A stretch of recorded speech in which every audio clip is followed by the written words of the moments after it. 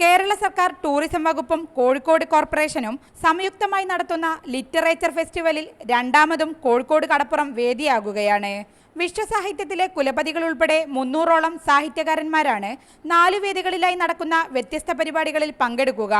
ദക്ഷിണാഫ്രിക്കൻ എഴുത്തുകാരൻ ആരി സിദാസ്, പാക് സാഹിത്യകാരി കൊയ്സ്ര ഷഹറാസ്, നോർവീജിയൻ എഴുത്തുകാരൻ റൂനോ ഇസാക് തുടങ്ങി പ്രമുഖർ പങ്കെടുക്കുന്ന സംവാദ സദസ്സുകൾ ഉൾപ്പെടെ സംഘാടകർ ഒരുക്കിയിട്ടുണ്ട്.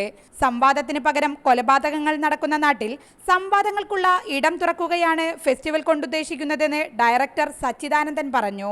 സംവാദങ്ങൾക്ക് പകരം കൊലപാതകങ്ങൾ സംഭവിച്ചുകൊണ്ടിരിക്കുന്ന ഒരു കാലത്ത് യുക്തിവാദികളായ എഴുത്തുകാരും സ്വതന്ത്ര ചിന്തകരായ എഴുത്തുകാരും കലാകാരന്മാരും ഒക്കെ തന്നെ നിരന്തരമായി ആക്രമിക്കപ്പെട്ടുകൊണ്ടിരിക്കുന്ന ഒരു കാലത്ത് ഈ തരത്തിലുള്ള തുറസ്സുകൾ, സംസ്കാരത്തിൻ്റെ തുറസ്സുകൾ നിലനിർത്തുക എന്നത് വളരെ പ്രധാനപ്പെട്ട ഒരു സാംസ്കാരിക ദൗത്യമാണ്.